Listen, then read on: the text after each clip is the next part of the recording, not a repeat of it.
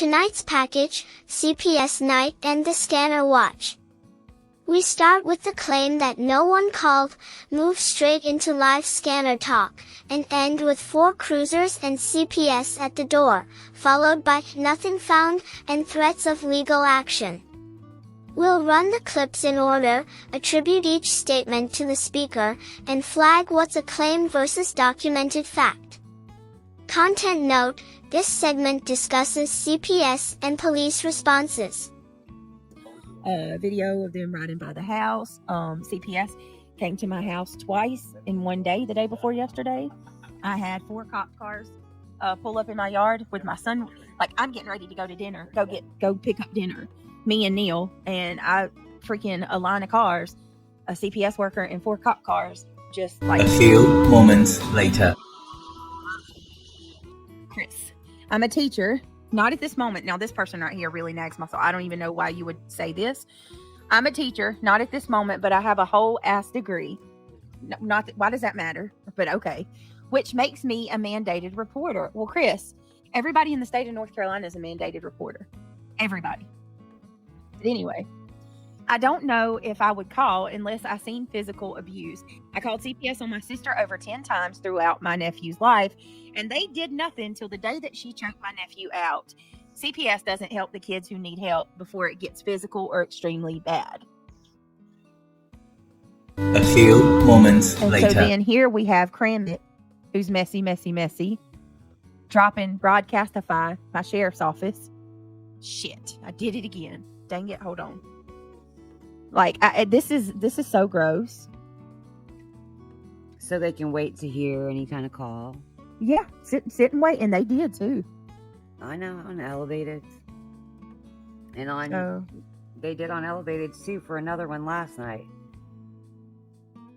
Do you like how I put my Martha Stewart avatar up for your channel? I'm sorry I don't sound like her. Yeah. You're so funny. Angela said, can't get more real life than that. Angela, that's what I'm saying. Just imagine if this happened to anybody else in the Discord. Illuminati be calling the police. This is some real life shit. Like, I've like gotten mad and said shit and made like with Angela even. You know, when me and her was fussing, I had said that I was going to send a cease and desist to her husband and shit. But like, actually, legitimately, I just you know what I mean? Like, actually acting on it and doing the most, digging, like somebody coming into your chat. A few moments later. Just to the person that's threatening body cam, because I've seen that screenshot tonight, by the way.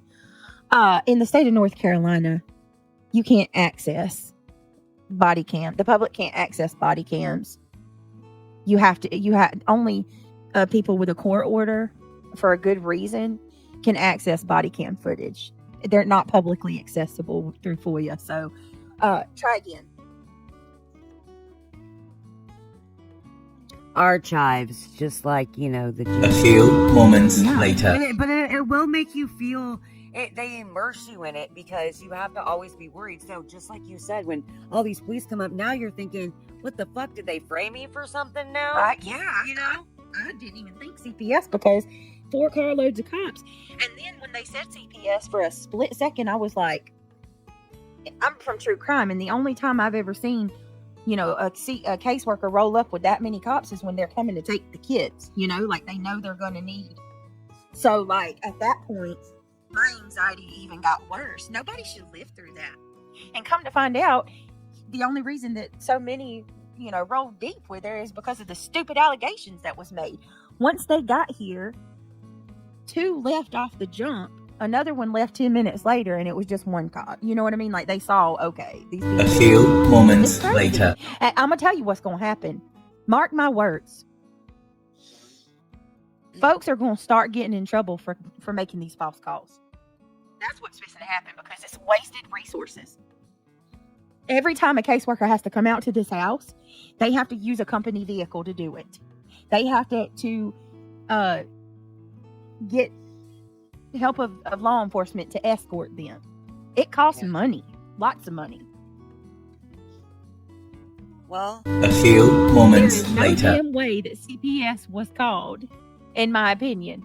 Now, these people speak out of both sides of their damn mouth because we know they heard the whole dispatch and listened to it of them going in my house. well, yeah, that's because Granny's dumb shit started this morning at 7 o'clock. I'm sorry. Oh, did for saying she? her names.